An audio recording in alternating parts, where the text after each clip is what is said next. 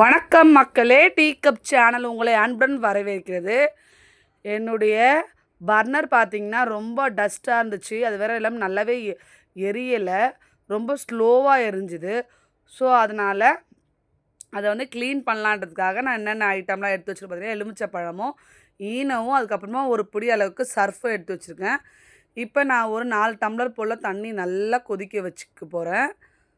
இப்போ பாருங்கள், இன்னும் கொதிக்கிற ஸ்டேஜ். தண்ணி நல்லா கொதிக்கும்போது நீங்கள் வந்து இந்த பர்னர் போட்டிங்கன்னா தான் பர்னர் நல்லா க்ளீன் ஆகும். இங்கே பாருங்கள், ஹோல்ஸில் வந்து ரொம்ப அடைப்பு இருக்கிறதுனால ஃப்ரீக்வெண்ட்டாக எரிய மாட்டேங்குது. ஸோ அதனால் இந்த மெத்தடை நீங்களும் யூஸ் பண்ணலாம். நானும் அதான் யூஸ் பண்ணிகிட்ருக்கேன். இப்போ பாருங்கள், தண்ணி நல்லா கொதிச்சிச்சு. இந்த ஸ்டேஜில் தண்ணியை நீங்கள் இறக்கி வச்சுட்டு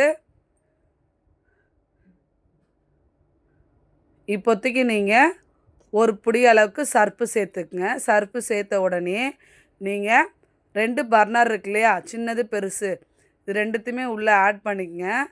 இங்கே பாருங்கள், அது ஆக்சுவலாக சூடாக இருக்கிறதுனால கொதிக்குது. அதுக்கப்புறமா ஒரு பாக்கெட் வந்து ஈனோ சேர்த்துக்குங்க. அதுக்கப்புறமா ஒரே ஒரு 1/2 லெமன் மட்டும் போதும், அதை மட்டும் கிளக்கி விட்டுருங்க. போட்டு நல்லா பிழிஞ்சிட்டு உங்களுக்கு பாருங்கள், அதிலே நல்ல பபுள்ஸ் நல்லா உப்பிட்டு வரும். ஸோ இப்போ என்ன பண்ணுறீங்கன்னா, ஒரு நல்ல கலக்கு மட்டும் கலக்கிட்டு, ஏன்னா சர்ஃபு லெமன் எல்லாமே ஆட் ஆகணும் இல்லையா, ஸோ அதனால் ஃபுல்லாக ஒரு நல்லா மிக்ஸ் பண்ணி கொடுத்துட்டு நீங்கள் ஒரு பிளேட் போட்டு மூடி வச்சுடுங்க.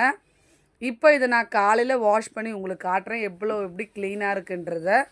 அந்த ஹோல்ஸ்லலாம் நீங்கள் பின்னு போட்டு எடுத்துட்டு எப்படி பண்ணுன்றதை நாளைக்கு சொல்கிறேன். கண்டிப்பாக வேறு ஒரு வீடியோடு நான் உங்களை பார்க்குறேன். Thank you, bye bye. கண்டிப்பாக சப்ஸ்கிரைப் பண்ணுங்கள். பாய்.